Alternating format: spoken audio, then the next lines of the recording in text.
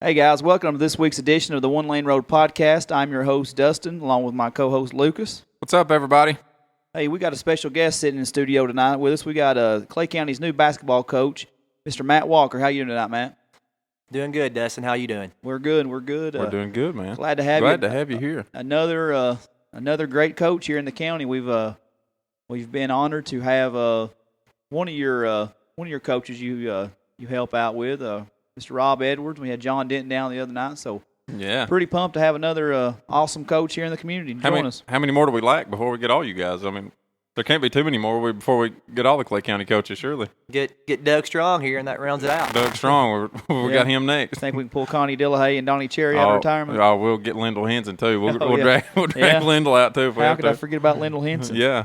Another pretty cool guest fixing to call in here just a minute as soon as he gets off the radio is Mr. Mickey Ryan, who many of you guys will know from the 3HL that airs daily Monday through Friday on 104.5 The Zone with his co-host Brent Daughtry and former Titan Blaine Bishop. I listen to those guys every evening coming home from work. And we'll get to hear what a real radio voice sounds like. That's right. Hey, Mickey's awesome. He's done a little bit of everything, and he's definitely got a great voice for it. And he was in Cookeville yesterday. I seen you posted about him, so that he was that close to you. He was like 5 or 10 minutes away from you and didn't give you a shout out or nothing. Well, I just didn't know. Most of the time I stay pretty tight with my Twitter feed, Yeah. but I've had a pretty busy week, so I was going to lunch and just kind of refreshing my timeline, and he had posted from 104.5's account and said they were at Dunkin' Donuts, which was literally 3 minutes. I put 5. It's probably 3 minutes for green lights prohibiting from my work there. So. Yeah. They were giving away UT Alabama tickets. So that was pretty exciting. Mm-hmm. And then we got another guest calling in tonight with some big news. My little cousin Wesley, friend of the show, and one of the guys who played on at our acoustic evening in the park. He's got some pretty big, exciting news calling. Yeah, well, later. You save that for out. Yeah, for sure. You can't keep talent down. And when I first heard this song, I tell you that kid's got a star appeal, just waiting to come out for the right person to hear him. And you never know, somebody may have heard him. Never know. I want to cover something real quick. We lost a pretty big staple in Hermitage Springs community and Clay County community altogether. Mr. Ray Clements passed away, 82-year-old. Real unfortunate, pretty sudden death there. Ray taught at Hermitage Springs for 41 years. Wow. And touched a lot of people. He sure did. And, I didn't know Mr. Clemens personally that well in school. I remember when we were going up in school, he retired a couple years before we went to high school. But seeing him outside of school after it was over, him knowing us and he knew everybody. And, it's hard-pressed to find a bad word about Ray Clemens. Yeah, there sure wasn't anybody over there at the funeral home last night that had anything bad to say about him. And so many teachers walking through there. And even one of our teachers, Miss Carlene Brown, and she was actually one of his students at one point in time. Yeah. I remember, he was the leader of the FFA organization, for many, many years before Jason Coons took that over when we had him. Mm-hmm. Of course, I remember being young and seeing Mr. Clemens running the halls or walking the halls, and he'd always have about what seemed like $7.65 worth of change in his pocket. Just jingle, jingle, jingle all the way up and down the hall. That's the one thing we talked about Mr. Denton a few weeks ago. Yeah. About his pop, and that's what I remember about Mr. Clemens. He was always had a smile on his face. Always spoke, and always had a ton of money in his pocket. So. Well, his daughter told me a story about him last night. 2 stories. I hope she doesn't care. I'm going to share them on here. When he was 8 years old, he got kicked in the head by a pony, and split his head open right above his brow. And at that point in time, that was so long ago that they didn't have anything to numb it, right? So he went and they had to sew that back up. And he said, "My goodness, that hurt worse than getting kicked by the horse did." Said they had another couple other good stories. I won't share them all on here. Those are good family stories. But something that they are asking for, the family is asking for, is if you've got any good stories, good memories of Mr. Clements, to share those with them, so you can go on Facebook and see where they're sharing those too, and they sure would like to hear them. Miss Corinne would like to hear them. So anyway, I just wanted to throw that out there. He's a pretty big staple in the community. Well, and fortunately, I didn't get to go to the funeral home last night. That really, I hate that I didn't get to go. I had a late evening in Cookeville, and that's what makes this community. And when people from outside of this community listen to us, and they don't necessarily get it, but most of our listeners are pretty, from a rural area, somewhere around. That's what's so special about Hermitage Springs. No matter how far you go after you leave this place, and you can listen to this podcast, and a lot of people say it's like being home. It's like we're sitting around our, at our mom's house in high school telling these stories or whatnot. The best thing about this community, no matter how far we move away or how much ever time passes, this community always brings people together. Yeah. And like you said last night, you've got teachers and students that came to see him. And that's just what's awesome about this community. It's what I've always loved about this place. And, and that's why we're excited to have guys like Matt and like Mr. John and Rob that, we're small town guys. Yeah. And even though we get guys, we get Tennessee Titans on here every now and then, but our hearts and our passion is here. That's right. I'll tell you another kind of neat story that happened to me over there last night. Timothy McLaren was there, and he apparently listens to the show. Timothy does. And I was asking, I said, now, didn't you get married? He said, yeah, and he introduced me to his wife, and I was sitting there talking, and Timothy says, oh, yeah, I'm getting caught up on the podcast. She goes, I knew I heard your voice before. I knew I recognized your voice. I thought, well, that's cool. Somebody recognized my voice. He said he's been flying all over the place. I don't know if he was supposed to tell me what country he had been flying into or whatever, so I won't say. But I told him, I said, hey, man, throw them 24 things on an iPod and drop it off to the countrymen when you get over there and spread us around the world. I still mark out a little bit for ourselves when I see our T-shirts on people. Yeah, I don't wear it. I don't wear our shirt that much. I can't make myself wear it. No, I have. I know you haven't.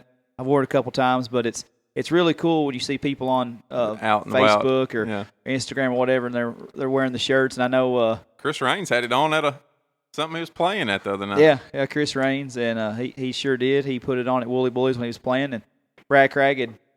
My old buddy Brad, he sent something the other day. He's like, my very first selfie. Man, I feel awkward. He's like, but I'm rocking the OLR shirt. That's awesome. So, Matt, you're from a pretty small town, too, up there in old Pickett County. That's right. About the same size as Hermitage Springs. It is. It's about the same size. Always had that same small town feel whenever we was up there. Obviously, both Class A, Single A schools, and I always loved going up there. It's beautiful up there, too. The country was up there. Beautiful down here, too. Yeah. Lots of good people in both places. That's right. Yeah, the difference is we don't look like we're 35 because we're not 35 when we graduate high school. How old was you when you graduated, 24? No, I was 18. 18. Youngest one in my class. I guarantee you that. No, that's always, as a kind of a running joke for everybody else versus Pickett County is, I remember one time during a basketball game, Nathan Aaron swatted my shot about 3 rows into the bleachers, it feels like. Yeah. He really didn't, but it was a pretty good block, and I was like, geez, how old are you, man? It's like I'm 20. So you always need something to fall back on whenever you're getting slaughtered by somebody, though. Whenever they had to put a rule in the rule book, the student handbook, that says junior high athletes cannot drive to practices or games. Did they really? Yeah. I'm glad he said it for confirmation. But you'd had a very, very strong basketball program for several years. Mm-hmm. But, I mean, I know we couldn't compete. I mean, it was like I was saying a while ago, my old buddy Tyler Garrett, I always liked playing against him because he was just so goofy and, it's so fun to be around. But that's a baller right there, buddy. He could play some ball. I always liked playing against those guys. So you were in between, you said the Aaron class and the Aminette class? Yes. Did you make a lot of championships that year? Or my senior year was the first year that we had went to state, and I think they went back 2 or 3 times right in a row because that was as Nathan was getting a little older. Nathan and John Crouch and Adam Asbury, that bunch was getting older. Yeah. They made it my senior year, which was their sophomore, and then made it back the next 2 years as well. Really? And it was the powerhouse for sure in District 7A there for several years running. I know when we were in, and did they have some down years after that? They was down for a couple years, but then they were back. Went through some coaching changes. Coach Smith, who's the girls' coach now, he was there for a little while, and then right after he left, Greg Bibb took over, and I come in to be his assistant. So that's actually where I got my start. Oh, so you got to go back there to start? Yes. That's really good. Yeah, my first year was Joseph Bailey's senior year. I went back to state with him as well. Oh. Now, where'd you go to college at? Tech. You did go to Tech? Yes. Okay. Wings up, baby. Wings up, baby. Yeah, that's awesome. And a lot of those guys, rivalry-wise, you don't you don't want to hang out with those guys. You don't want to say nice things about them on the court. You don't want to, we didn't like those guys. They didn't like us, but we weren't a threat to them, though. Like, I don't know if they didn't like us because when you're beating somebody by 40, what do you got to be mad about? But we certainly didn't like those guys. Well, actually, when we got to college, though, Asbury ended up being a lot nicer. Mm-hmm. I'm sure he was in high school, too, but we just – And Crouch was a nice guy. Yeah. Crouch was super nice. Yeah, I never could get a lot out of Nathan Aaron anywhere. I've still when I see him, he's not a very big talker, But I remember I refereed a JV tournament over in Celina probably 2 years ago when it was his first year back with Pickett County, and man, I tried speaking and he wasn't much of a conversationalist, so I just kind of we kind of just both took our subway in the receptionist room and went our opposite directions. Waved and went on. That's funny. So, so then after you, how long did you coach there before you got your opportunity here in Clay County or Hermitage Springs? I coached there 4 years. Okay. What brought you to Hermitage Springs? How did you get the call to come to Hermitage Springs? I was an assistant coach there at Pickett County, and I was also the head football coach, and I'd been the head baseball coach. Whoa. A football? There's a football program at Pickett County? Well, yes and no. We have a team, but we don't have a field. So where did you play? No home games on the baseball field. On the baseball field. Okay. Well, that's what we would have done if we had ever had a. We can relate completely here. Yeah. But I'm just giving you a hard time about the football. So you did baseball and then did baseball, did football, doing junior high football and high school football. Assistant basketball coach. I was pretty much coaching year round. Yeah. And I always wanted to be a head basketball coach, and got the call from Donnie Cherry, who was the superintendent at that time, that was looking for a basketball coach down in Hermitage Springs. And probably the best decision I ever made was to leave home and set my roots up here and get a start. Well, you had to be doing some pretty impressive things at Pickett County to catch Donnie Cherry's eye. How do you think he had you talked to Donnie at any? No, he was just looking for a coach, and Matt Eldridge, who I'd known from karate in Livingston, he had ties with Donnie Cherry and said, there's a young guy that I know that's looking for a head coach. So, and then Matt Eldridge is the new superintendent now. So things just in a roundabout way wound up working out.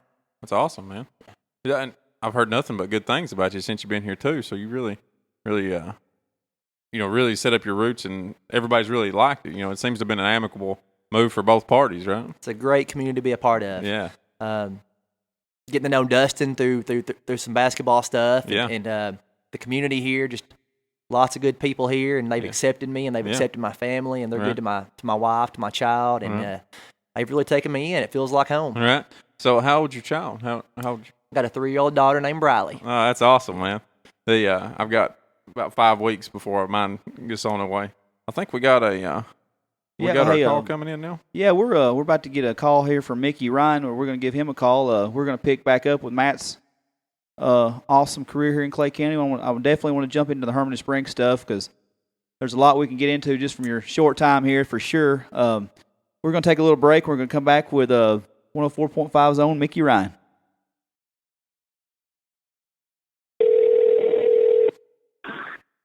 This is Mickey. Hey, Mickey, it's Dustin. How you doing today? Hey, man, good. Just walking to the Predators game. Oh, man. How long we got you for? It's a pretty long walk. So how long do you need me for? As long as you got, my friend. As long as you got. Okay. Well, let's just roll then. Okay. Good so deal. So everybody will recognize your voice. I know a lot of our listeners will know you from 3HL on 104.5 Eden with Brent and Blaine Bishop. So you've been there for, a couple years now? Yeah, it was 2 years on September 29th, but it seems like it went by in about 2 weeks. Yeah, I was surprised actually to see that. I did a little research on you. Of course, I listen to you every evening, but I tried to dig up some facts on you today. No dirt, just facts. And so how was it, pretty much being the guy that replaced, Clay Travis, who's went on to some pretty big things since then? I couldn't think about it that way. He's such a unique personality, and I've known Clay for a long time. We both actually worked at the Zone years ago, and in 2010, I moved back to Arkansas and kind of had some family stuff and some loose ends I kind of needed to help my mother tie up. My sister passed away, and my dad had passed away, and just a lot going on personally. So that's when I decided to go back there. And Clay and Brandon Blaine and JT did such a great job with 3HL, and I followed their success and would listen when I got a chance online or anything like that. But that's one of those things. He's such a big personality. When I got interviewed for the job, I said, I'm nothing like him. We're really, really different in how we do our business. And I love what he does, but I'm just such a different guy. I'm just going to be me. And if you want somebody who's kind of more like that, you don't need to hire me. You need to find somebody else. So they were cool with it from the beginning, but my gosh, that guy's certainly going on, and he's done some really big things for sure. He sure has, and you hit it right on the head. I was going to say, you couldn't have found anybody more I shouldn't say anti, but just complete opposite as Clay is. But I think you've meshed, really well. And he sure has. I listen to him some in the mornings on my way to work, and there's some things that makes me blush he talks about. Well, he's a really funny guy, and he still does a segment with us on 3HL, and we were talking about talking with him today. Actually, he was on with us at 5:30, and he was talking about he's been going back and forth with some folks in marching bands over a comment he made about shortening football games. And he said, usually I know what I can say and what reaction it'll get, but he said, this has been really surprising. But every time I see him, he's been great and supportive. And, we support what he does. And, to me, he's still a big part of the family, and he's been cool to me. And the interaction that we have on the air is great. He's just, I really, really like working with him, and enjoy every time we get to have him on the show for sure. Well, I saw some of those tweets that the marching band was sending back to him, and I didn't know that they could get so gangsta. They were there's some colorful language coming from those folks too. Yeah, so for sure, and he's not instigating it one bit, I'm sure. But well, he's having some fun, but his original intent wasn't to ding anybody or to hit anybody or anything like that. He just got asked about. And he told this. He said, I just got to ask about how to maybe shorten the length of college football games, because you guys know this. If you sit down at noon to watch a Titans game, you can book an appointment to do anything else at 3:05, because they'll be done at 3 o'clock. And college games aren't like that. They're just a wild card. Yeah, I hadn't went back to watch the Tennessee and A&M game last week, but I'm almost certain my DVR didn't cover the full game. And I did the extension. Well, that wouldn't surprise me at all, yeah. So, looking at your, of course, knowing what you do on air, but I didn't realize you had done so many things. Of course, listening to your show, I knew the musician back, with the songwriting and performing, but you've done real estate and play-by-play announcer, sideline. You were actually the one thing that really surprised me was you were among the top 50 applicants of The Apprentice back 10 years ago. Is there anything you haven't done? Well, The Apprentice thing, I actually met Trump and met Mark Burnett, and Trump didn't try to grab anything on my anatomy, so I could That's a plus. certainly say he didn't harass me in any way. It's an interesting experience to go and do that, but I think it'd be easier to name the stuff that I haven't done, certainly, than it would be to name the stuff that I have. Is this your favorite? What you're doing now is or do you like broadcasting better, like actually doing the games, or? It's weird. I love what I get to do, because Brent and Blaine and JT are such a blast to work with. And Nashville's such a great sports town. To think that you could sit in a little room with two other guys and talk about sports, and or you could make a podcast with your buddies, and that people would listen to it. We don't take that for granted. There's so many football fans here, and SEC fans, and Titans fans. This is just such a great market, and you guys know this. To give your opinions and to talk about sports. And I love doing it. I was really fortunate to get to work at Arkansas State before I came here as an associate director of athletics. And I've kind of told the zone people, look, if you ever decide to can me, I'd probably try to go back into college athletics. I really, really enjoyed that. It's a moving target, and things kind of change on the fly. You got to be able to adapt. It's really a lot like doing a sports talk show, but I certainly couldn't be more blessed to do what I'm doing now, and I don't think it'd be possible to enjoy it even more. And this year they added me to the Titans pre- and post-game with Blaine and Dyson and Mark Howard, and that's a dream come true. When I was a little kid, I would tell anybody who would listen, I want to host a show with an NFL team, and to get to do that, it's just really amazing. So if anybody ever asks you who's the most blessed guy that you know, you can say, well, that's easy. The luckiest and most blessed is Mickey Ryan. That's awesome. We'll probably see you down there Sunday. We got tickets to come down, and actually, you know, Kevin Dyson did our show back in week 4, right, Lucas? Yeah. Frank Wycheck come in there too. We had Kevin in week 4, and I hate to even go back and listen to it because, you know, we're not really. This is kind of something like you're talking about. Talking stuff with your buddies. We just kind of got together and said, hey, let's do a podcast. And we're like, well, who's going to listen? But, you know, actually we're gaining listeners, kind of I hate to say the term grassroots, but Kevin came on. I hate to go back and listen to it because we were so green with it, you know. Man, you won't meet a nicer person than Kevin, and you mentioned Frank as well. Today's his birthday.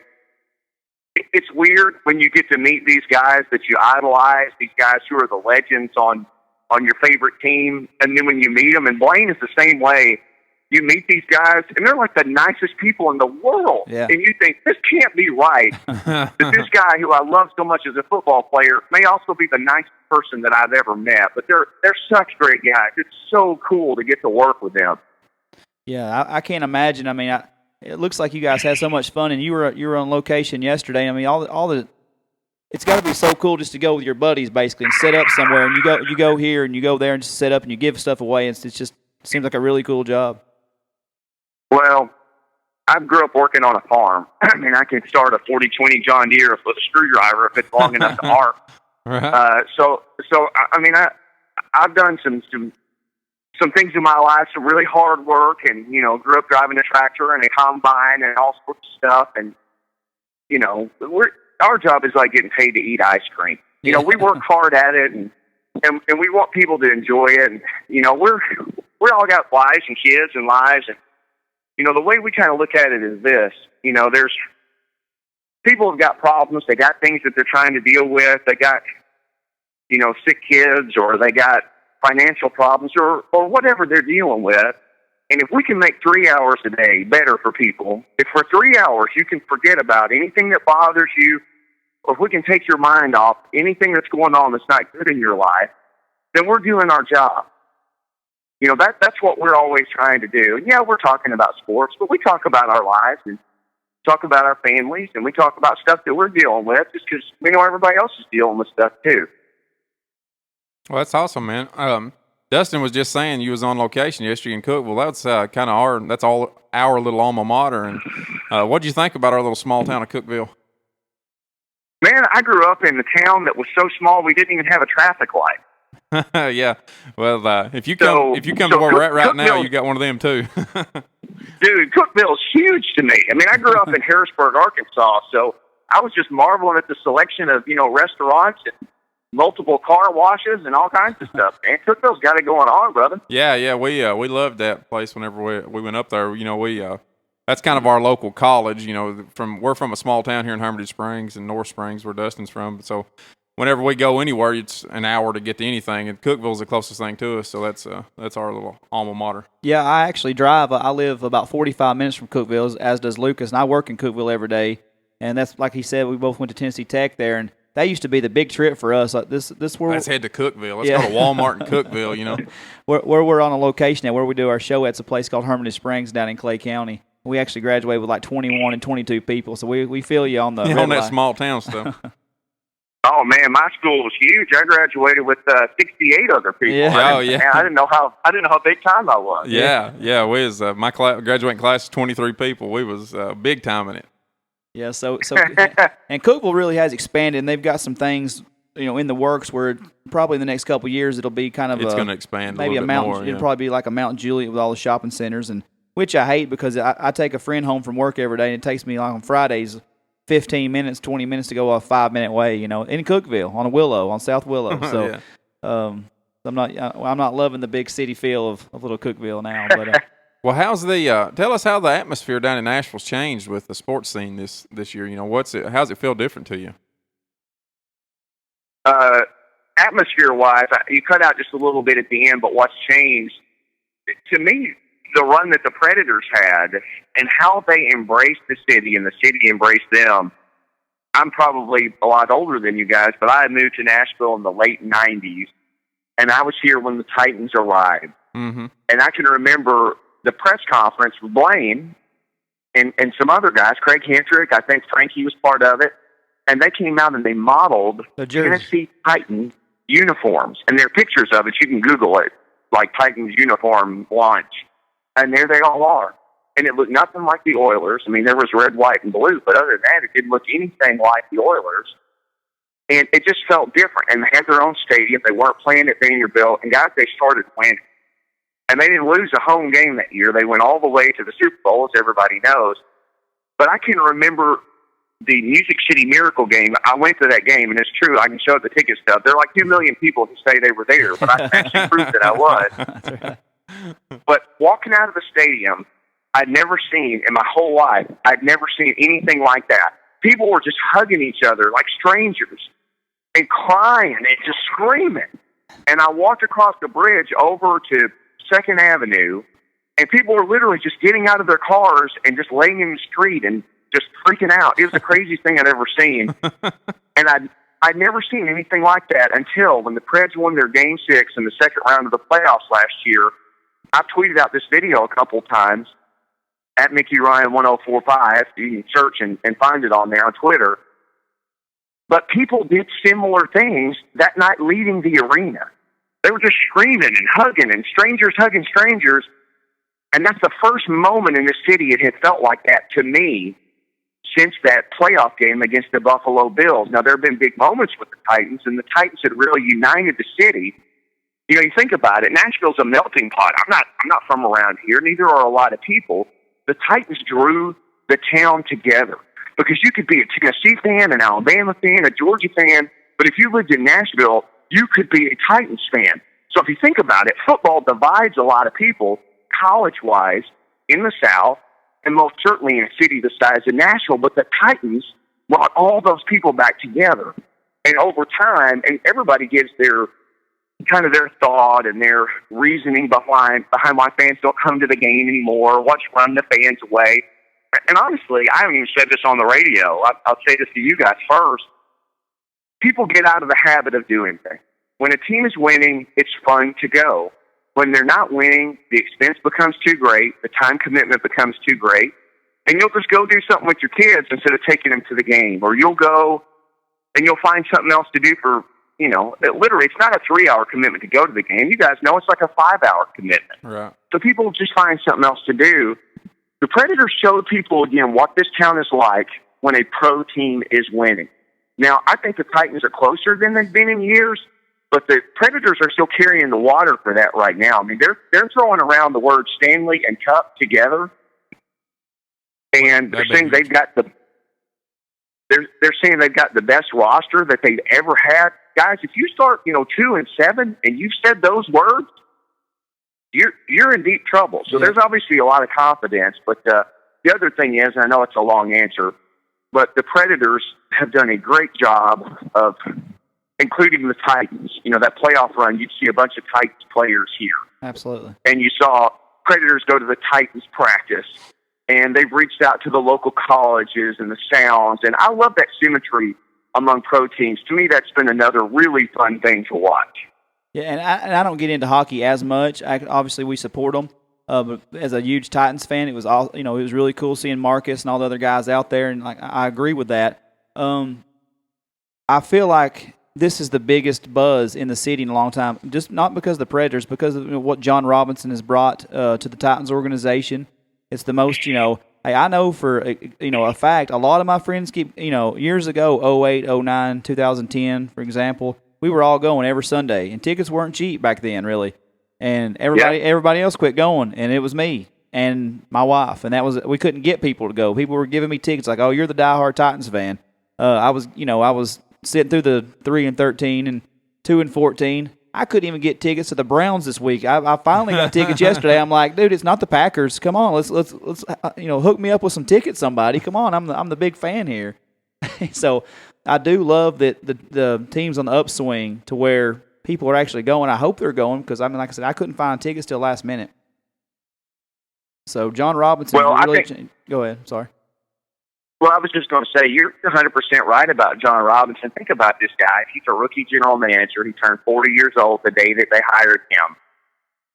He was and has been and remains as popular to Titans fans as the players. Now, maybe not as much as DeMarco Murray or Marcus Mariota, but think about it. And how many markets do people talk about the general manager like we talk about the general manager here? And this is the guy who's only been on the job a few months. He came in and said, here's the type of players I want. Here's the type of team that I want. And then this sealed the deal for me. Then he went out and he got those type of guys in free agency, and he drafted those type of guys. You know, he didn't say, I want this type of guy, and then he drafted a guy with character issues. Right. Or I'm looking for selfless team first guys, and then he drafted a guy who'd been suspended a couple of games in college and fought with his quarterback. He didn't draft anybody like that. And if you look at his free agent acquisitions, it's team. They're all team guys. If you start looking into it, a lot of them are team captains. They're team leaders. When you talk to the rookies that he drafted, they talk like they're 3, 4, 5-year vets. You know, and you get time with those guys at the combine, or you can bring other guys in for visits, maybe if they didn't get invited to the combine and you want to see them again. So obviously he had a certain type of player in mind, and he went out and he's delivered those type of players, and it's paying dividends. I mean, I know they're 2-3 right now, but they've been in every game. The teams that they've lost to are all really playing lights out right now. They've beaten the two teams really that they should have beaten. They win against the Browns. They matched last year's win total, and they're 506 games into the season. So I love what's going on. I hope the fans can really invest in it. I hope so too. And realistically, winnable games against Indianapolis and Jacksonville, and which would be great to beat Indianapolis. It's been a long, long time, since they were over that hurdle. And what John Robinson did was something that Rustin Webster would never do. And even previous GMs was they would give players the time to develop. And then we've seen so many players bust here, and I never would have thought before he took the job, a guy like Dorial Green Beckham, a second-round pick, will be shipped out. I mean, that's when you were putting on notice that this guy was not messing around. He put a second-round draft pick with tons of talent, questionable, other things he's got going on. But did you think he was going to get traded before training camp? No way. I mean, I thought I didn't think that he and Justin Hunter would both be on the team. Because if you look at it from a skill set, from a speed, size, strength, just raw athletic ability standpoint, DGB and Justin Hunter were the two guys that were really different from the other cats you got on the roster. But they traded DGB for a backup tackle. Yeah, who's playing? He's playing really well. Yeah, he's a good depth guy. He can play a little tight end if you want to do an unbalanced formation. But he's a backup tackle. Yeah. But that shows you again, I'm not just going to say it, I'm going to do it. And that's, for a 40-year-old first-time GM to pull some of those moves, I mean, come on, man. He's got some guts, for sure. No doubt. So what's your prediction tomorrow, Alabama and Tennessee? It's obviously a huge game for this state. The Vols are on the rise. I think if you had Jalen Reeves-Maven, I think you had Cameron Sutton. If you had, any two of the guys who are out, Dylan Wiseman, if you just started going through and naming guys, I think if you had any two more of those guys, I'd feel fairly confident picking Tennessee. I think the lack of manpower is really going to hurt them just because people are saying this is the best defense that Saban's had at Alabama. Think about that, guys. That says a lot. That's nuts. I mean, that says a whole lot. So I think they're going to play great. Really, the key to me tomorrow is the two quarterbacks. Dobbs has to play the best game of his career, and he's had some great games. I think he's got to play the best game of his career. I don't think Tennessee can have a turnover. I mean, maybe they could have one, but they need to play turnover. Yeah, yeah, not 6 and then the 7th one in overtime. I think if Tennessee can play turnover-free football, if they can hit some big plays in the passing game, I think Dobbs has to run for 80 or 100 yards. For them to play at their best, he needs to run for 80 or 100 yards. That's the world that they live in with the offense that they run. I just think ultimately it may come down to Alabama up, 31-28 in the fourth quarter, and Tennessee maybe or maybe not has a chance to get in position to kick a field goal to try and tie it. I just don't know. And it's weird to pick against this team because people call them the zombie balls. You can't kill them. This seems like maybe Alabama gets them in this game, they win out. Maybe these are the two teams that meet for the SEC championship. They've beaten you once. It's hard to beat a team twice. Especially healthy. And maybe, and then you're going to be a lot healthier. And I think maybe a guy like Kirkland, they just say, why risk him for Saturday? Let's run the dang table. Let's go 10-2. Let's cash in our chips for the championship game and see what happens. Well, it's like Lucas, asked. It's between the Vols, between the Titans, between the Predators. It's a very exciting time to be a Tennessee sports fan right now, and good time to be a fan. The arrow's definitely pointing up in all three programs right there. So, heck yeah, absolutely, 100%. And it's fun to talk about it, fun to cover them, and I'm actually here at the arena. I probably need to duck in here in just a minute because it'll take me a few minutes to get inside. Okay, where can our fans find you at? Where's your booth set up on Sundays? We are set up in the south end zone. There's a Titans fan zone, and for home games, Mark and Kevin and Blaine and myself, we do the pregame out there starting at 10 a.m., so we'll be there on Sunday and the next 2 weeks after that. We do the postgame show back at the studio and for road games around the studio, but if people listening, or if you guys haven't been to the Titans fan zone, it is the most awesome place to hang out before the game. There's all kinds of stuff to do. There's free stuff. There's fun stuff. They got a band playing, a DJ. And then you got us four knuckleheads talking, trying not to mess everything up. So. Well, I look forward to it. We were running late the home opener. I didn't make it to the Raiders game, so I look forward to coming and seeing you guys. Tell our listeners where we can find you at on Twitter. At Mickey Ryan 1045 is my Twitter, and I guess it's also my Instagram. But love to hear from people, and love for people to reach out and carry on conversations on social media. I'm on Facebook too, Mickey Ryan. I think there are other Mickey Ryans, but I'm the one in Nashville. But I appreciate you guys having me on. It was awesome, and good luck with everything that you guys are doing. And by all means, come by Sunday and say hey to me before the game. I'd love to meet you. Yes, sir. Well, we really do appreciate it. Anytime somebody from your stature in the community in Nashville can come by and give us a shout, we really do appreciate it. So we'll let you get in the game, and I'll see you on Sunday. Well, anytime somebody of you guys' stature will have me on your show, that's a big deal. So thanks for having me on, fellas. Thank you very much. Thanks, Mickey. Y'all have a good weekend. All right, you too. That was just an excellent interview with with Mickey Ryan there. That was awesome. I want to clarify something so everybody don't think I'm crazy. I said Frank Wycheck, but I meant Jim White. I had the Music City Miracle play in my head and blurted out Frank Wycheck and well, trying to say okay, Jim White. Yeah.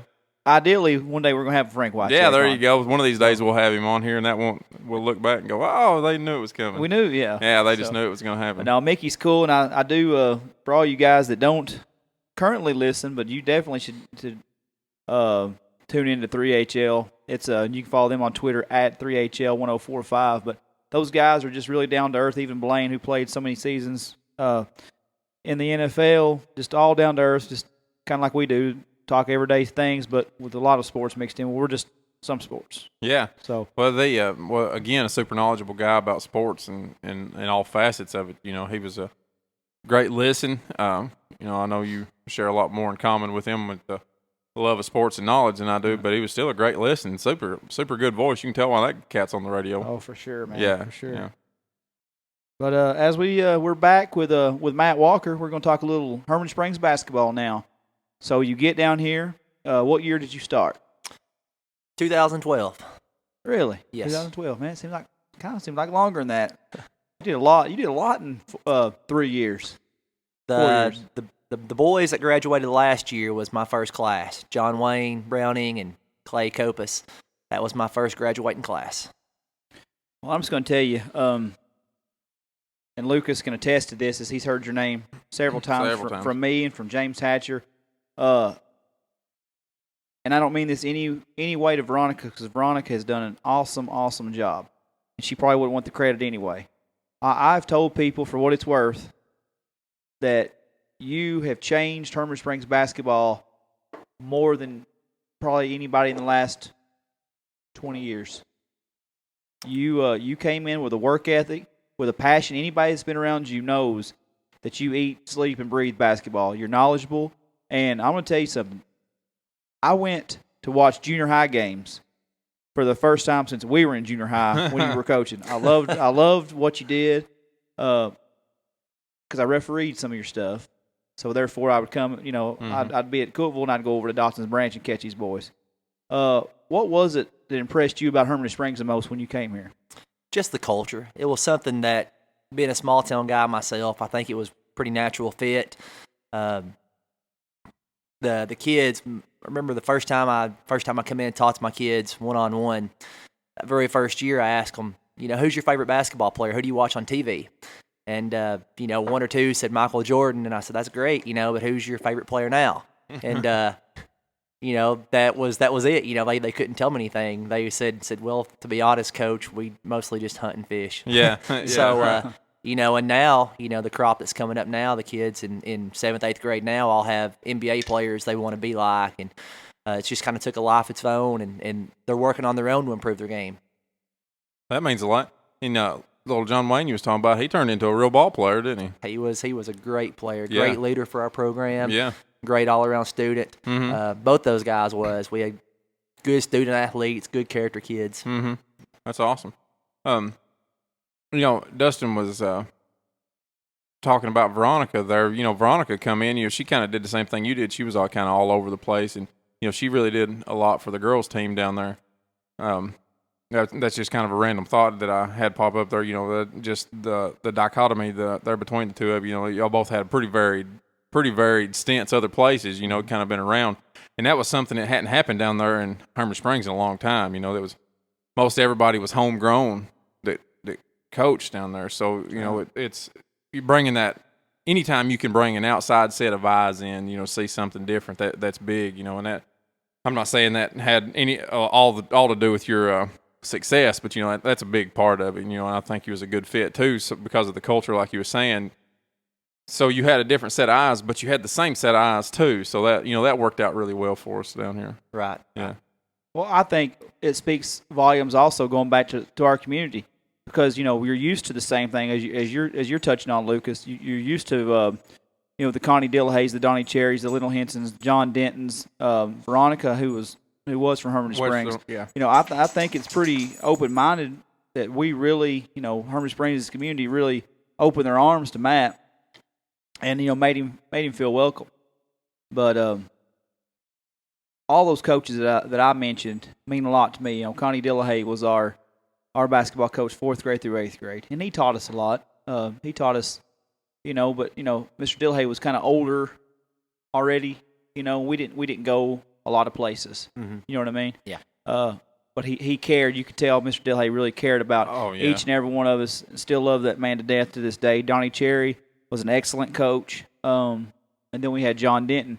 And what John lacked, maybe an experience in coaching, because he had a couple of girl stints, but he really hadn't had high school boys. Right. He made up for in the With passion that he had. Yeah.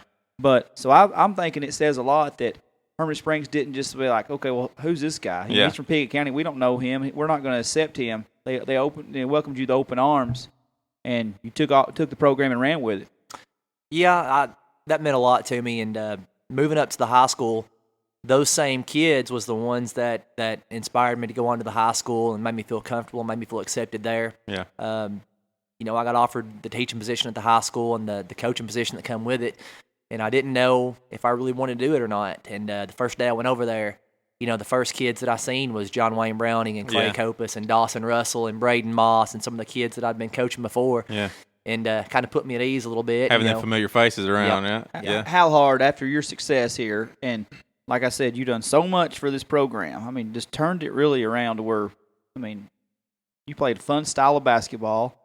Hey, he could be up 25 pressing in the second quarter still. He ain't letting off that press. You better believe it. I'd be refereeing. I'd be like talking to Wesley, like, dude, come on now. Settle down. Second quarter's way too early to pull off. But now, you had looking through your accomplishments, man, before you got to where you're at now, you've coached in 3 state tournaments, one at Pickett County, and now 2 at Clay County. Junior high-wise, you made it to TNT state tournament Final Four, including 1 state championship game. That's a pretty good resume at what are you, 34? 34, yeah. Okay, 34. You have to make the tough decision to leave Hermitage Springs, which, like you said, was the toughest decision you've had. But being familiar with those kids made it so much easier. So now here you are at 34 years old, and you get the job offer succeeding the great Joe Sims, who finally got that gold ball to put in his resume. And a lot of silver balls throughout the years, and he finally got his gold ball 2012. Is there any pressure following Joe Sims? No pressure, but it was an honor to work with Coach Sims, to learn from him for 2 years. Any coach in their right mind would be lucky to have the career that he's had. That's right. And not just Coach Sims. I've been fortunate to be mentored by some other great coaches. Gary Abbott at Monticello, Kentucky, who won a state championship while he was at Clinton County. Greg Bibb, my mentor at Pickett County. I learned a lot from him. And then having the opportunity to coach with Coach Edwards, that's been big for my career. You know, Coach Edwards has done a lot to get me to where I am right now. And I'm also fortunate to have Doug Strong as my assistant. I've tried to surround myself with the best people, and hope some of their knowledge rubs off. That's the way to do it, right? You got to hang out with the direction you want to go. Don't get in those groups that'll drag you down. You know, go where you want to go. Right? That's right. Well, you look at just you hanging yourself around with a good crew like that. You look at how many guys that coached on Greg Popovich's staff in the NBA have spawned off and branched out and got different jobs just because they coached. Mm-hmm. You know, I don't know if they see anything in them, but hey, they played under or coached under Popovich. Same thing in the NFL with Belichick. If you're defensive coordinator for Belichick, you're going to get a job just because of who you learned from. And I think you're working with I have a lot of respect for Doug and Rob. Certainly had a lot of respect for Joe. You know, what's the differences going from a junior high program with the boys to now taking over the girls team? What's the differences in coaching a boys team and a girls team ultimately? Just the personalities. Yeah. Seeing them do just the girliest stuff that you would you think of. It's just, hey, you leave the boys alone. We're talking about the girls right now. They're fun though. I've been around them, especially the group that's coming in as freshmen. I've had the chance to coach them in AAU for a few years, and the bunch that's coming up from the junior high right now. There's a lot of talent coming up in Clay County on the boy and girl side. I've been fortunate to be around most of them, boys and girls, and so they know me and I know them, and it's just an exciting time. Did you have to change your style of coaching any, really, from the boys to the girls? I mean, no, and the girls have really embraced it. Really? They're excited to play that style. Yeah. Which is fast-paced, press. Fast-paced, press, just being active, just playing basketball, not running a whole lot of sets, just getting up and down the floor, and that's something they've been wanting to do. Yeah. And they've really embraced it. That's awesome. Well, tell us a little bit about your roster. Who's your projected starting five, if you can go ahead and tell that, and who's going to be some key contributors this season we can look forward to. We've got 6 girls that I would really consider starters. Caitlin McLean, she's coming off a torn ACL. That's right. But she's our leader. She's our heart and soul. She's the motor. She's the one that makes us go on defense. And she's a senior. The other senior is McKenna Biles. And both those girls from Hermitage Springs, so I'm sure you're familiar with them. McKenna Biles has really improved her conditioning, and she's been a great leader during this conditioning period as well. I think her new strength and conditioning is going to allow her to do some things that she wasn't capable of doing last year. And then we've got our leading returning scorer, Jada Kerr, and she's just a competitor. She's got a chance to crack the 1,000-point club this year if she has a good season. She comes from a pretty good basketball stock. With her parents. They're both her parents just excellent ball players. Our next 3 do, so we have a lot of family tradition in our lineup. Taylor Strong, she improved a ton this summer. Probably the biggest change to her game is her confidence. Okay. She'll be a starting sophomore point guard, and she's really grown from last year. She knows that this is her team now, and I think she's really taken ownership of it. And Kinsey Arms, she's a post player for us, but I'm looking for her to expose her all-around game. She can handle the ball a little. She can shoot the ball a little. She can score inside, mid-range. So she does a lot of things for us. And the last starter is going to be Brittany Boone, and she's probably our most improved player. She's just a great all-around athlete. She's got a lot stronger this summer. She's got a lot stronger and more athletic this summer. So I'm looking for a big season out of her. So we have 6 starters, and then off the bench we have 2 real surprises that nobody got to see play last year. Maddie Harlan, she's a sophomore point guard as well. Right. Her defense, you're going to love watching her play. She's all over the floor. nobody plays harder than Maddie. And then Cara Butterworth, she'll be a junior this year. Cara's got a really nice shot, and just like Maddie, she brings the defense, just all-around effort to the table. So those two girls are going to be fun to watch, and nobody knows about them yet. Well, you just let the cat out of the bag. I know, I probably shouldn't have said that. I hope Clark Range is not listening right now. But those two, they're not going to be on anybody's scouting report coming into the season, along with Brittany Boone as well. But by the end of the year, I think they're going to surprise some people. I thought Brittany had improved quite a bit last season, watching her play. And then Maddie, I remember her when you did the Junior Pro League down here, kind of being a pretty feisty little point guard then. So I'm sure, 3 years later, how much her game has improved. You talking about those other players? Who were the last two stars you said after the Kinsey Arms and Taylor Strong. Okay, I don't know if I know the Kinsey Arms. I'm not sure if I know her, if I've seen her. Of course, the Strong, I mean, it's just inbred in her also, just with all the, I mean, we can go on a list of all the Strongs and the Barlows that's in her. I mean, her dad, obviously a terrific basketball player, still to this day probably can go out and put it on you. And, of course, we played against Matt and just the entire family. She comes from a great breed of basketball players. So it sounds like you got a pretty good little roster out there. But you were picked fourth in the district. Was that disappointing, or did you just think people were sleeping on you a little bit? No, that's right where we want to be. We finished fourth in the district last year. Of course, there's some big dogs in our district. Clark Range got picked first. Pickett County got picked second. Jackson County got picked third. And, for me to come in day one as a new head coach and to be picked over any of them, over Jim Brown or any of those coaches would be yeah. So I think part of that was due to my inexperience, and I think part of it was due to where we finished last year. But it's right where we want to be. We want to be sneaking up on people right now. Exactly. I know you guys make it hard on me because obviously, Lucas and myself with our Clay County connections being from Hermitage Springs, then it was hard enough last year, me coming to the boys' games and trying not to root for Clay County, right? Because I'm just now kind of getting myself into the Jackson County community. My son's in 5th grade. Obviously got a lot of love for a lot of folks over there.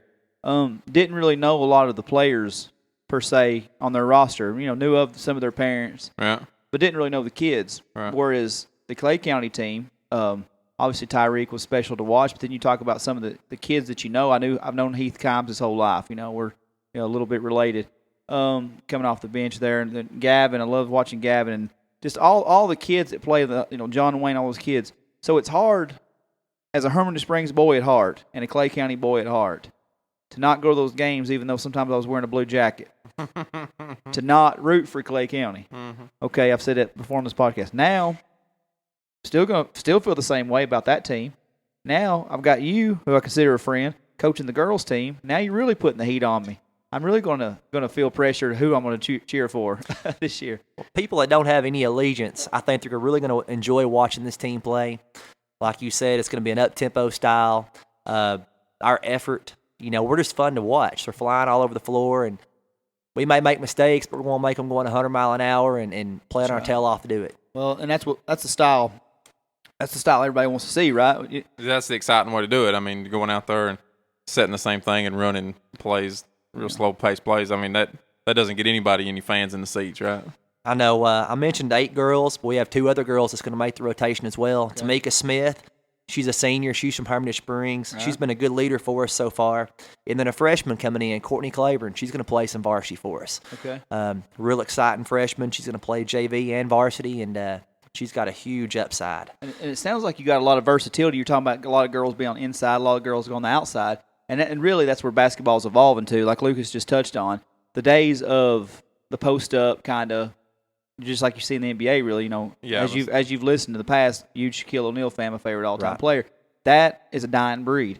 You see in the NBA, Dwight Howard's really the only back-to-the-basket player, and he didn't really play a lot of it. You're looking at more of the style of up-and-down, run-and-gun, Golden State Warrior basketball. That sounds like, a little bit what you're doing because you got so many girls that can play all over the court. I love a good post player that scores inside. Kinsey and McKenna is going to be big for us. We're going to throw the ball in there if we have mismatches. We're going to throw it in there and score. But I'm big on all-around skill set, as I mentioned with Kinsey Arms as well. If you see a player like Gavin Silk for the boys, can score inside, can handle the ball, can shoot the ball. I think all players should be skilled in all areas. So that's I something agree. we try to develop. I agree completely. So when is the first game of the season? First game, it's a big one. November 15th at Livingston Academy. Oh, We've got them back on the schedule. So wow. it's at third place this year. That's the first game of the season. First game of the season at third place this year, and they'll be coming back to us next year. That's going to be a regular rivalry from here on. Okay, well that's good to hear.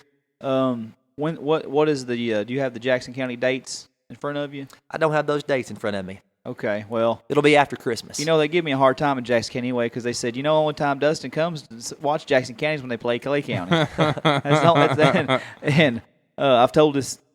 Forgive me for telling this again, but last year when I was watching a Jackson Clay County game, a player from Jackson County pushed off, and I give the motion to the referee because I'm a basketball fan at heart, and I give the motion is like, hey, dude, he's pushing off to the referee. My wife said, hey, you idiot, you're wearing a Jackson County jacket. Why don't you just sit there and watch the game and shut up? And I was like, dude, he's flop. I mean, this kid flops everywhere. But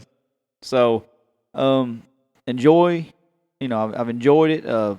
I think Hermitage Springs will always appreciate what you brought to the table, your commitment, your passion, and I believe 100% in Fairwood what she can do. Also, she's got some shoes to fill, but she already did, I guess. I mean, she did. She went and won the thing, and how you didn't win that thing when you had the talent, and it wasn't because of lack of coaching, it wasn't because of lack of players.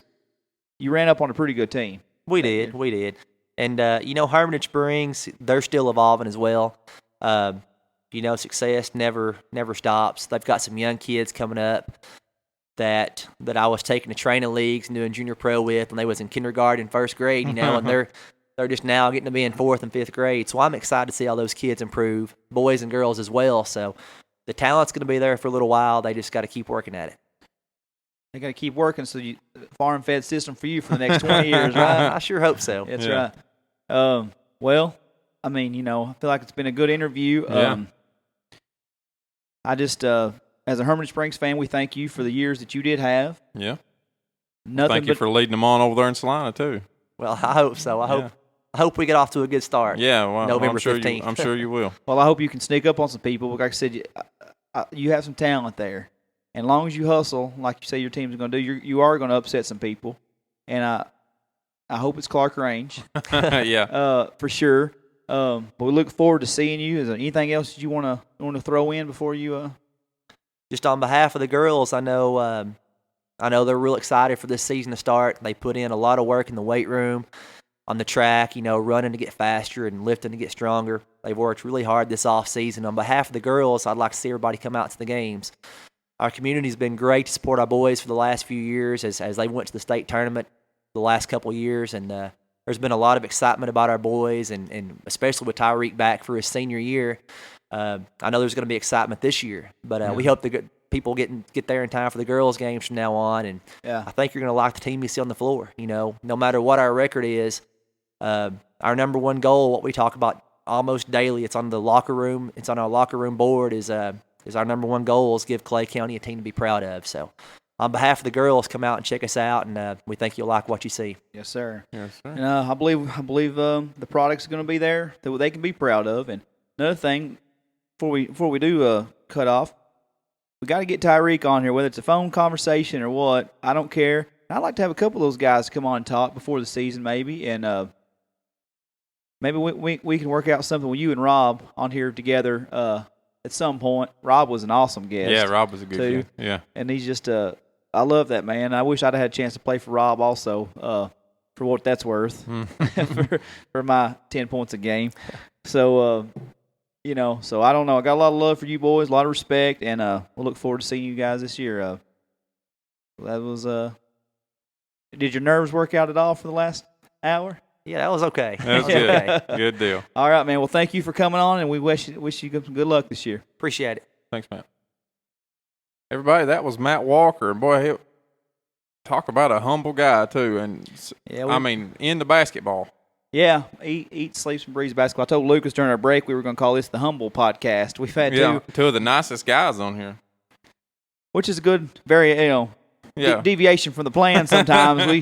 Last week we might have called out the rowdy episode. Yeah. Reckon those boys last week regret telling any of those stories? Oh, they I'm tell? sure. I'm sure. If they went back and listened to it, I'm sure they did. But glad to have Matt on. Glad to finally meet the guy. You know, always hear a lot of good stories about him. But Yeah. All the stories kind of center around the how good he is at basketball. Kind of leaves out just how nice of a guy he is too. You know, so it's. Yeah, and I wasn't like I've kind of my go-to phrase on here. I don't have a reason to lie to you unless you're going to pay my rent. Right. And I really do mean what I say about him. He really did. He changed the culture at Hermitage Springs on the boys' side, and that's like I said, I never meant any. What he's done is what Veronica's been doing. Right. Right. I never mean it to say that Veronica hasn't done what he's done, because she's been a very big staple in the Hermitage Springs program.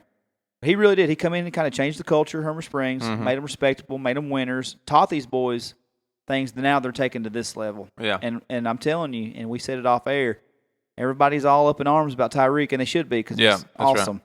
But this team, after Tyreek leaves, they've got a lot of young cats with a lot of athletic ability. And I know Kara's grandmother's going to be up there in them stands just watching all these girls' games and the boys' games. Oh, every one of them. You know, she's a season ticket holder to to Clay County, buddy. She'll be up there hollering at them and getting with it. Well, I don't know who I got to talk to, but we've had both Clay County coaches. If I can't get a padded seat up in that joint, I don't care if it's an honorary. Somebody let me have a first half. I'm getting tired of sitting over them hard bleachers and watching these games elbow to elbow with people I don't even know. Somebody better get me a padded seat. I want a padded seat, half court line, Jackson County and Clay County. Somebody that listens to this podcast, make it happen. I want a padded seat for that game. They ain't going to give you one because they don't know what side you're going to sit on.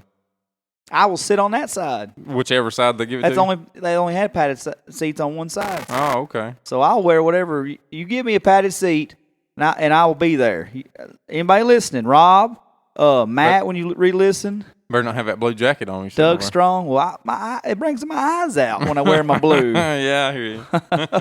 Amanda Spivey messaged me this week, and she said, if you're going to call me out for the way I picked the alumni game, at least let me sit in and argue with you. She said, and the Legends lost, so shut up, basically is what she said. Long story short, shut up, she said. And I told her to blame Hatcher on that one because he was the one that really started all that. And they didn't lose because of me and James Hatcher, I promise you, because our 200+ butts was – I went in and hit 1 3-pointer. I was like, man, that felt good. And I blocked a shot. I tipped a shot. Mm-hmm. Then I shot like an air ball after I shot like a 25-footer, and it was an air ball. And I was like, I think I need to come out. Oof, yes, I may. The way I was gassed, I could have shot a 15-footer, and it might have been an air ball too. So I didn't contribute all that much, and neither did Hatcher. So those young legs we had on our team definitely did. So Amanda, nice try. You had the all-star team. Well, we're just giving you a hard time. If anybody thought that we were being serious, I wasn't being serious. I can't speak for James, but I definitely wasn't. But anyway, somebody listening, get me a padded seat or it's going to be bad business. Well, next up, we got my little cousin Wesley. We promised some big news, and we're going to see if we can't get him on the phone here and see if we can't get that big news out.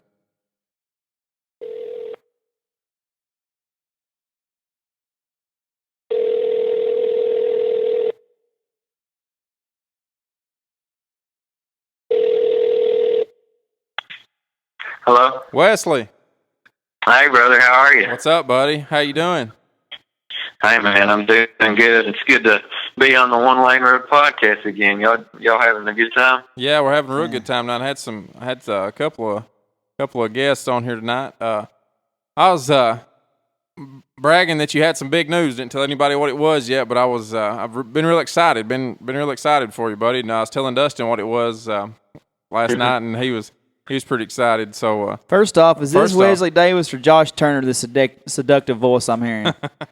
I think it's Wesley Davis. I wish I could sing as well as Josh Turner. You're on your way, my friend. Before we jump into your big news, what have you been doing, buddy? I've been putting in a lot of work writing and getting some connections to get the studios on campus at MTSU. Mm-hmm. And right now I'm sort of working on a new project, getting in the studio the 27th of October, and going to be working that date. And then just working on some new cover videos and some just new music all around right now. And I'm at MTSU, of course, studying, but I'm not letting that keep from me making new music. Yeah, don't let school get in the way of a good thing. That's for sure. Yes, sir.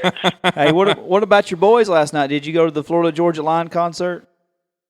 No, man, I wanted to, but I got called in. One of my buddies is a producer, had a free slot in the studio, and so went in and hung out with him for a bit. And I didn't have any tickets, so I couldn't go. Yeah, and that place sold out. There was 18,000 people who I am disgusted with today. No, in all seriousness, did you see what all they brought out? Backstreet Boys and everything. They went out the whole nine, man.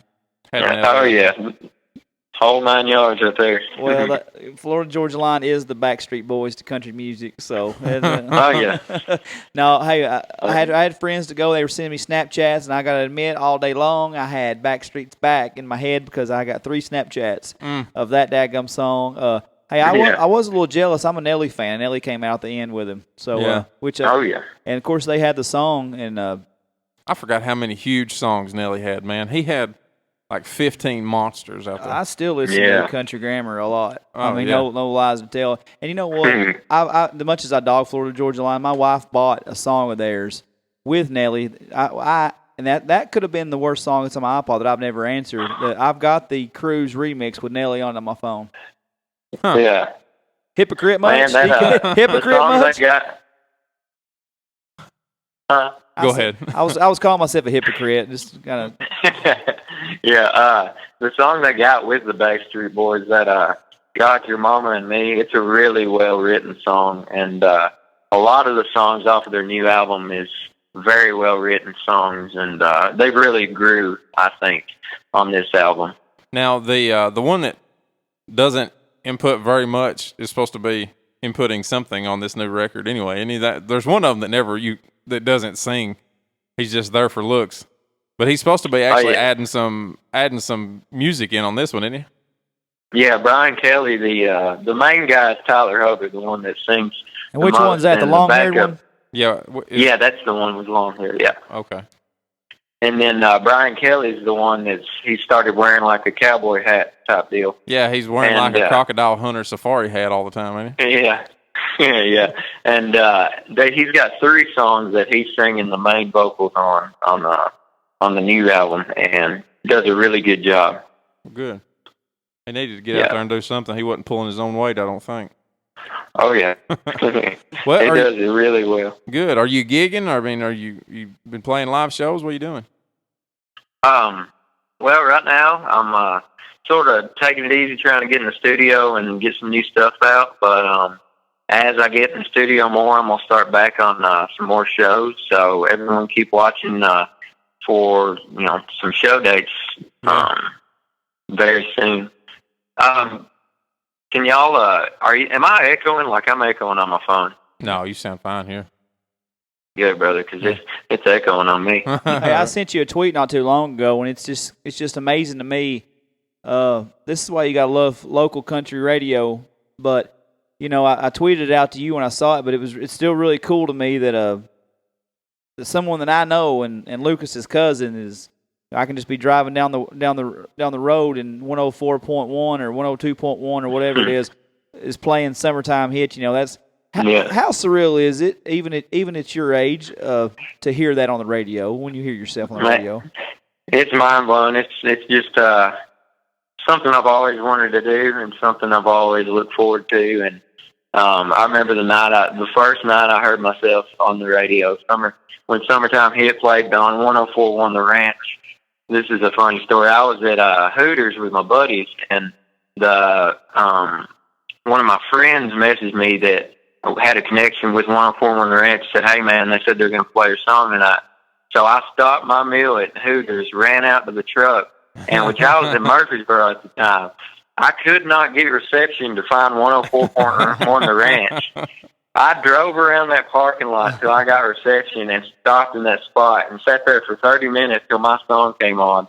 And I was sitting there, and I had to be honest, tears started welling up my eyes when I heard it because I was pumped. Oh, yeah. It was exhilarating. Man, it's such an awesome song, and I would think that would be a cool moment. And I know for a fact, just since we had you on the show, and I know Lucas can attest to this, a lot of my buddies, a lot of our buddies have bought the song off iTunes. I know I bought it, and I know I was on the lake this year, and I told you when I heard it that day, I said, I'm playing this on the lake, and every time I was on the lake this summer, Summertime Hit played on our boat, for sure. Really? Yeah. That's awesome. Thank you. Can you see how many downloads you've had? Do you know how many? I think there's a way to view it. I haven't got to view it, but I've made over $100 worth, which means it's a pretty good amount of sales, and I'm more than happy with that. I'm just excited the fact it's able to get out and people can enjoy it. Yeah, that's awesome, man. I mean, iTunes pays like less than a percent of a penny or something on those songs. So you've had a lot of downloads on it, bud. Oh yeah. It takes a little bit to build up a decent amount, but just the fact that people are interested enough to check out a small town boy and listen to his music means the world to me. Well, it may be a small town boy, but there's a hell of a lot of talent in that small town boy. Yep. And that's a big town talent, and and I, like I said, so without pumping you up anymore, let's go ahead and get this big news out of the way. Let's hear it, brother. Well, I'm with this organization called NSAI, which stands for Nashville Songwriters Association International. And they have these things called pitch to publishers. And what it is songwriters just register to pitch to a publisher of a big company. And one of them that I've got to pitch to is Warner Music, which is Warner Chappell. Or Chapel. I don't know if you're supposed to say Chappelle or Chapel, but that's their publishing company. And I love Warner. I've always been big fans of Warner. And they got a roster of artists that I really enjoy. Blake Shelton, Cole Swindell, just guys I can really seem to relate with. And so when it came up the opportunity to pitch to them, which the publisher's name is Allison Junker, when it came opportunity to pitch to her, I jumped right on it. And whenever I went to watch the pitch, because it's an online pitch, the link wouldn't work. Oh. And so I was like, well, crap, I'm not going to be able to watch it. But they send you a link after to watch the full video. And when I clicked in the email, the first thing it said was, congratulations to these songwriters for having their song picked up. And at the very top was Summertime Hit, Wesley Davis. Oh, that's awesome. Yeah. I was so pumped. There's 53 riders in it, and I was one of 3 that got picked. Congratulations, brother. Thank you. So I couldn't be more humbled. Yeah. What's the next step on that then, you think? Well, with the way those work, she will listen to the song and decide whether she wants to either hear more of my material, pitch that song to an artist, or just maybe work out a deal with me in a sense. So there's no telling what could come from it. It wouldn't have to be somebody on that record label, though, would it? No, it's just if she decides she wants the song in her catalog, she'll sort of contact me and we'll work out a deal. And it'll be to where she could either pitch it to someone on her label, or if they knew of somebody in town that wanted a song like it, they could pitch it to them. Well, I'm not the biggest fan of him, but I respect a little bit of some of his music I've heard. Hey, Cole Swindell, you said his name right there. I could see him singing that song very easily. Yes, sir.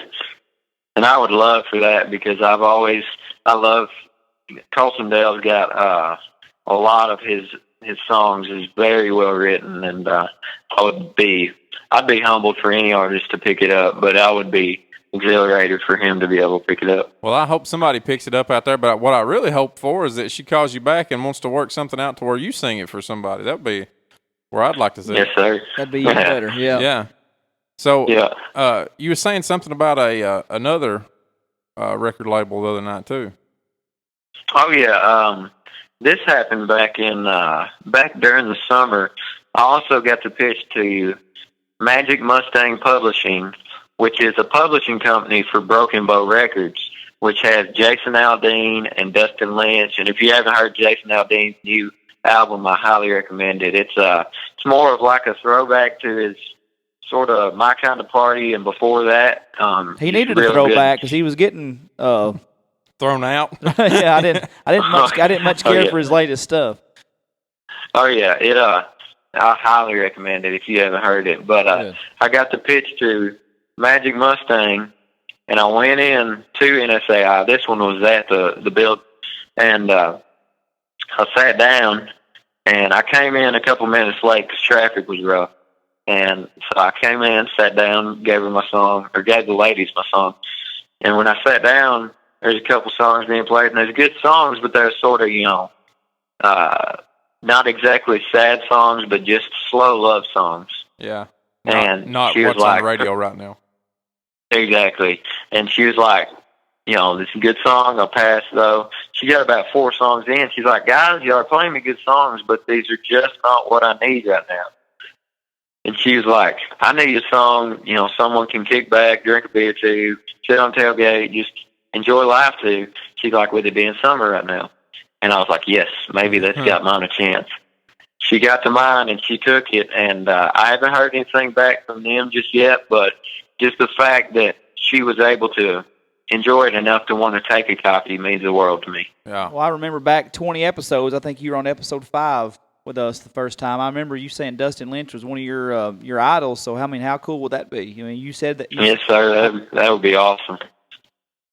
Well, like I said, me and Lucas are both shooting for the big ideal, the big picture for you to hear yourself singing your own song. But but hey, Chris Stapleton, Brantley Gilbert, all these guys that I hate to even use those 2 guys in the same sentence, but we know how Brantley sold his music to Aldine to start with, and we know about Stapleton's writing roots before he became a superstar. So if that's the path, if that's the path that the path that it takes, buddy, then that's what it is. But hey, I look for summer 2017. Somebody's ass needs to be singing "Summertime Hit." That's right. Exactly. That's what I'm saying. Shoot, yeah. Well, Wesley, buddy, we're so proud for you, man. We glad you come on here and broke your news to all of our listeners, and glad you're doing good, man. Yes, sir. Thank y'all for letting me be on, and thank y'all for the support. It means the world to me. It's what's making it happen for me. Good deal. All right. Well, hey, thanks for coming on, and we'll talk to you in the future. Love you, brother. Awesome. Thank y'all, fellas. Love y'all. See you, buddy. Everybody, that was Wesley Davis, my little cousin. Proud of that guy. Glad he's got big things going on for him. For sure. I can see it, man. The way country music's going, I have no reason to believe that next summer he's primed to make it with that type of music. That's what he loves doing. That's we bust his chops a little bit about the Florida Georgia line. That's obviously, as you know, not mine and Lucas's cup of tea. But teach his own. Teach his own. And that's what Wesley likes. That's what all kids his age like. Yeah, that's right. It's just because we're dinosaurs is what the problem is. That's a real song. If you kids want to know a real song, Google Dinosaur by Hank Rocket Randall Jr. Casey and Brandon went to that. Casey and Brandon actually going to have a big weekend this weekend. They were at Florida Georgia Line last night. Sent me Snapchats. Casey saying, "How do you not like these guys?" Well, okay. Tonight they're at Chris Stapleton doing his one of 2 nights at the Descent Amphitheater. Now that's somebody to envy right there. Yeah, no doubt. And then Sunday they're going to the Titans game. So man, they got a long weekend. Yeah, Nashville is actually pumped. It's huge this weekend with the Preds, like we talked about with Mickey. The home opener tonight. A very winnable game for the Titans on Sunday. And if they win this game, it'll be the first time in I think 3 or 4 years I've seen the Titans win a game. Mm-hmm. You know what I'm more excited about than the Titans game? What? The UT game. Hey man, I like Mickey was saying, I wish they were at full health. Yeah. He said they won't die. They're a little bit wounded from last week. Mm-hmm. Man, that team has got a killer instinct that's just unbelievable. Yeah, they released, and I literally just went blank on his name. They released or waived a player. This week. There was the player my mind's went blank too on his, and there's like 80 diehard UT fans cussing us right now. Screaming at the James Rinks, my brother, he's cussing us. Woolbright, Matt Mabry, they're all cussing us. I can't think of this cat's name. He's the one that got hurt last week. Yeah, and then that probably failed a drug test somewhere along the way. I would imagine that's what he got cut for. Are you trying to say that there may be performance-enhancing drug in college football? Yeah, I'm saying he's probably on the juice. Are you saying that 300-pound lineman with no body fat's not natural. It's weird. That's isn't it? weird. I thought at 21, that's what everybody does. Yeah. 22. Yeah. So then they had another kid, a wide receiver, is transferring. So, but I mean, goodbye. Yeah. So that Alabama team's gonna be tough.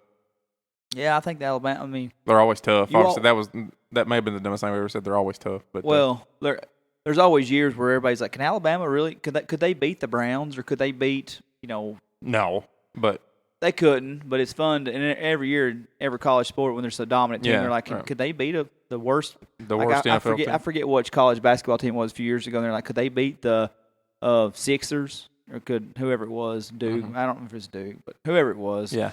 So no, they're not going to because those PED tests are a little lighter in the NFL than they are in the NCAA. They ain't quite got the same. Well, and no matter what level you're at in college, those guys, even the worst of the worst in the NFL and NBA, are still we're still the stars of their still professional. We're still the stars of their NCAA team. Right. I mean, and they're professionals for a reason. They may be the worst professionals there are, but they're still pros.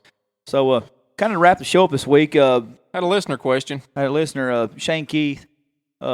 Shane, who you might remember, I think back in episode 10, we did the houseboat episode up on the lake, which is a very fun episode. And Shane's probably going to come in here with us here pretty soon. Yeah, I would say in the next 2 weeks we'll get Shane Maybe in even with next us. week. Yeah. Yeah, I'd say it's a good time for him to come in. It was funny if you remember back. I Lucas, got all 4 mics now, Shane. Yeah, we got 4 mics. We got to the lake that day, and Lucas said, "Oh crap, I left the third mic at Hermitage Springs. You left? Yeah, I left it all together. Yeah. Here." And Shane's like, "Oh, it's all right. I don't need to talk. No way." Then by the end of it, he said, "Don't forget that mic next time." 5 minutes into it, he was leaning over my lap, trying to talk, and we wanted him. Obviously, him to. Yeah, that was totally my fault. Never did we want him not to be on the show. Had it not been a 45-minute drive, I would have run back and got that. But we're primed and ready for you now, buddy. And you're a little too cold for this guy to be on the lake. So so we'll be back in. I think Shane said he could ride up with me. And Shane's a North Springs boy, which we'll definitely big Springer touch on. But anyway, he said, listener question, why I think about it while holding a blue can. Hello. That's my man right there because we don't mess with nothing but those blue cans. What Waylon Jennings song describes you the best? And Lucas, same for you. What about you, man? What about you? I just don't. This is blasphemy, but I've just not dug deep enough into his catalog of songs to really say anything about any of them. Are You Sure Hank Done It This Way is probably the one that I've listened to the most. Just a big song. But as far as any of them speaking to me, Waylon's a OG outlaw, man. And that's about as far opposite of me as it goes. So I don't know, man. He was one of the original BMFs in country music, so to speak. And, and it's not anything about you. There's just so much. Yeah. And when you get behind the 8 ball as far as not knowing music, it's kind of where I'm at with a lot of the artists we've talked about here. Where do you start in their collection? Yeah. And those guys have got 3 albums. You talk about Waylon Jennings, who sang from the 60s, late 50s, 60s, up until he passed away in 2002. I mean, Right here's 1, 2, 3, 4, 5, 6, 7, 8, 9, 10, 11, 12, 13, 14, 15, 16, 17, 18, 19, 20, 21. 22, I'm not going to listen to all of them. Are those albums or songs? Albums. Yeah, I mean, it's ridiculous. Like Hank Jr. had 9 albums on the charts in '81. Yeah. And imagine how many albums he's actually got. And there for a while, I was collecting all the Hank Williams Jr. CDs, and I just quit. Yeah. I just quit. I've got probably 20 of them. That's the man. If anybody wants to ask, you got to dig. That can be a listener challenge. You got to dig long, hard, and deep to find a Hank Jr. song that I don't know. Right. And I'll credit that to my dad. I remember listening to the Born to Boogie album. The record on the record. Mm-hmm. Rick would have the record player, Born to Boogie album. I'm sitting in my tidy whities, 5 years old, doing the Ravage and Rick Rude dance. If there's anybody that's born to boogie, it's your dad. Your dad was born to boogie. Put on. I'm not even gonna sing, but I've karaoke. That's probably my number 1 karaoke song of all time. That and Fancy is my 2 number 1 karaoke songs ever. But now Waylon Jennings holds a big place to me musically. Obviously, I named my son Waylon, but it's just because Waylon's a cooler name than Hank. Waylon is when you talk about the Mount Rushmore to me of country music, I don't even have a fourth older one. To me, it's Hank Jr., Waylon, and George Jones. I'm not a big Johnny Cash fan, as a lot of people are. Yeah. But you can't go wrong with those three. Waylon, man, I mean, you look at the songs. I mean, there's Amanda. Like you said, Are You Sure Hank Done It This Way? Bob Wills Is Still the King. Everybody loves this, the Good Old Boy song from the Dukes of Hazzard. Honky Tonk Heroes, I Can Get Off on You. Me and Cucumber, you sing it all the time. Take back the one, take back the we, take back. It's just a funny song, and not that we associate with that. It's just a fun song because it was a love song in a weird kind of Waylon and Willie way. You know, I've always been crazy just to satisfy you. Lonesome, ornery, and mean.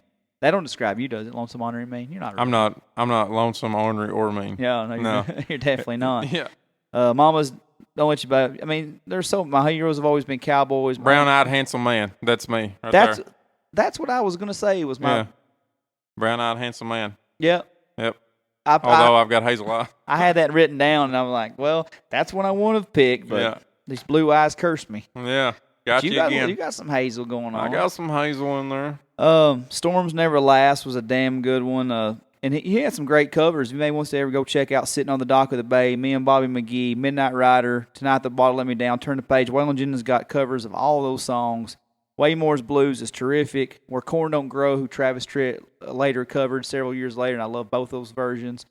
I mean, man, you could go on and on and on. And one of my favorite records that Waylon Jennings has is Shooter was, let me get this right, Shooter was about 22 years old when Waylon passed away, somewhere 21, 22. When he was 16 or 17 years old, he done a record with Waylon, where they went down the basement. And of course, Shooter has got he's got the Alice in Chains, pretty heavy metal background. Waylon, before he died, went and got his ear pierced and went and performed on a Lollapalooza tour. Really? You're talking about country music royalty. Yeah. Singing on Lollapalooza, which is neat because he was trying to connect with Shooter. Yeah. Right? So when Shooter was 16, 17 years old, they went to the studio. They laid these tracks down. Where Waylon done different versions of all of his songs. I think it was a 6 or 7 track album. Well, Shooter goes back later on years with the band originally with Put the Old Back in Country, Electric Rodeo, the Wolf Band with Brian Kiesland, Leroy, and what's his name? Leroy something and Ted Russell Camp.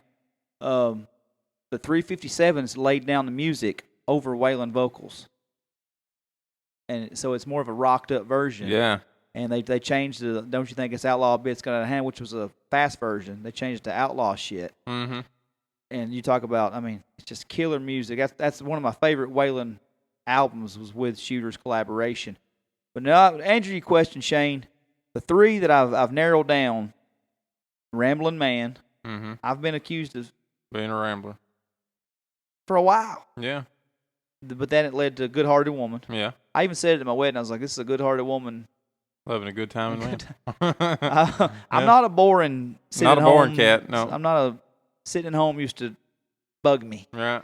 I got to be out rambling. And sometimes I question when my wife's giving me the what for. I question her good heart. But overall, to stick with a man like me, I'd say that probably there's something good in there about her. But I'd have to say when the Mount Rushmore of people that put up with shit, Lindsay's probably on it. No, I'll justify that. But and even though I'm slowing down with kids, you back me into a corner and you double dog dare me, I'm still a good timing man, and I'll show you the business. Yeah. Show you what got me kicked out of college the first time. And my favorite Waylon Jennings song that reminds me a little bit of everything, that kind of sums up everything, and it's a really underrated song, kind of a hidden track. A lot of people don't know it's a long time ago. I'm going to give you a couple of verses to that. I don't look the way the average cowboy singer looks. I'll admit I've taken things I never should have took. You can read a different story in a lot of different books, but even then you won't really know how it was a long time ago. Second verse is, women have been my trouble since I found out they weren't men. In spite of that, I stopped and I took a wife now and then. They built their fences high, but they couldn't hold me in. I was born with a fire down below, and I learned to fly a long time ago. There you go. It's got 2 more verses, and it's just awesome. But you think about people always tell stories, tall Yeah. tales. We always shoot the shit down Yeah. here in the podcast corner. in the podcast corner, and you tell them for days, and it's like, and even when I've dropped this quote on somebody that is friends with the Fraley's, and they're like, I went over to a boat with them last year. We were all tied up with them. Yeah. Went over to see Jason Derrick, and they were like, holy hell, this is DK. We've heard all the stories from Jason and Derrick. Yeah. I was like, yeah, but you don't know how I was a long time ago. That's right. Well, here's this is probably as close to a Waylon Jennings song as I am. It's If I Can Find a Clean Shirt. Yeah, that record clean shirt. Yeah. No, I ain't going down on the border with you tonight, drinking tequila, taking chances on our lives. All the women are crazy. They like to party till daylight. On a second thought, if I can find a clean shirt on mine. There you go. He has so many random. I mean, Yeah. Waylon Jennings is the man. Yep. So, and that's that long time ago. That hurts when you meet somebody that's 20 Yeah. and they're like, Knows a story on you. well, and not even knows the story, have heard the story, Yeah. and don't know that you can't do that anymore. Right. You know what I mean? Yeah. They're like, oh, let's chug a beer. Let's shotgun one. I'm like, No, it's well, not. I don't feel like puking in front of a 20-year-old that thinks I'm cool right now. Yeah, It's that's just right. I don't want to ruin your ruin the this- mystique here. The mystique, yeah. So, but Well, hey, man, that was kind of a cool question. Yeah, But, pretty good question. Got to give Shane a little crap here. do you now? Got to give Shane a little crap. Heard he couldn't find me on Libsyn. Said I was false advertising. Yeah, he did. He told me, he's dude, I'm searching for this. He goes, does this really exist? I was like, I never heard of the app until Lucas mentioned it on the podcast. So I have no idea. Let's just skip the app. Let's just not even worry about the app. Let's just Google Libsyn. One Lane Road Podcast. Bam. One lane. Shane, I don't like your chances here because Lucas does this. He usually comes out the winner. Hello, One Lane Road Podcast. It's on there, Libsyn, isn't it? Libsyn. First thing comes up, One Lane Road Podcast. Lucas Hickman, DK. And if you kind of scroll down through there, there's all them episodes. 24 of them on there. There they are. Well, maybe you spelled it wrong. Shane, I'm gonna show you this whenever you get up here. So we are. Oh, let me tell you. I just clicked on the very first thing. Guess what popped up? Go ahead and read that to everybody. Shane Keith. Yeah, the very first one I clicked on was Shane. Shane Keith and Dale Hall Lake. Yep, there you go. Well, Libsyn, Libsyn. If anybody's looking for it out there, you can pop on there and you can download those episodes directly to your device. That way you ain't got to for your cellular mobile device. That way you ain't got to watch them on the old YouTube. Get that bandwidth and all that data. That's for you non-Apple iTunes. Yep. The 24% of you that won't give it up and come to the iPhone world. Yeah. So, Well, good episode tonight, DK. yeah, man, a lot of good talk, and not a lot as much rambling between me and you. And Yeah. according to James, Good guess though. according to James Hatcher, that's what we need to do less of is ramble. Even though He's the ramblingest person I've ever met in my life. hashtag let Gary debate. Yeah, let Gary debate. You guys don't understand that I've literally We just don't watch we any just politics. nicknamed James Rambler. I literally don't watch any politics, and I got more than 45 minutes last week with James. Before Matt got out of here, me and him had politics I heard talk that. too. Yeah, I was on. I told him. I said, refreshing Twitter when that happened. Yeah, I was talking about how your brain revolves around those statistics and sports and stuff. I said, I just can't.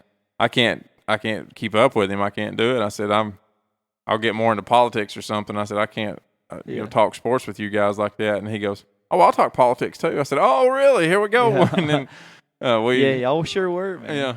And so anyway, and that's hey, we got to give just because I know he listens, because I think he's got a poster of Andrew Meadows has probably got a poster of Matt Walker in his bedroom. I'd say. They were 1-2 1-2 punch together there in Hermitage Springs, and Matt actually said the reason Dustin can remember all of his stats and all these ball game numbers and statistics is he's kin to Andrew. Right. But I mean, that's what Andrew does. He's got a very bright future of whatever he wants to do because he's a pretty sharp kid. Pretty sharp cat, yeah. Rough on me. I don't know why I've treated him like the redhead stepchild. Yeah. No, good kid, man. Glad to be in the family with him. But hey, good podcast. Thank you, Mickey Ryan. That is at Mickey Ryan 1045. You guys check him out on Twitter. Check him out on 3HL every day. Go watch Matt Walker. Watch these girls play up here. Get up to them games early. November 15th. Get out there and see it. And last but not least, to our buddy Wesley Davis. Congratulations, buddy. Kid's going to be something, Gary. Check him out while you can for free. Listen to us next week. Yes, we'll be here.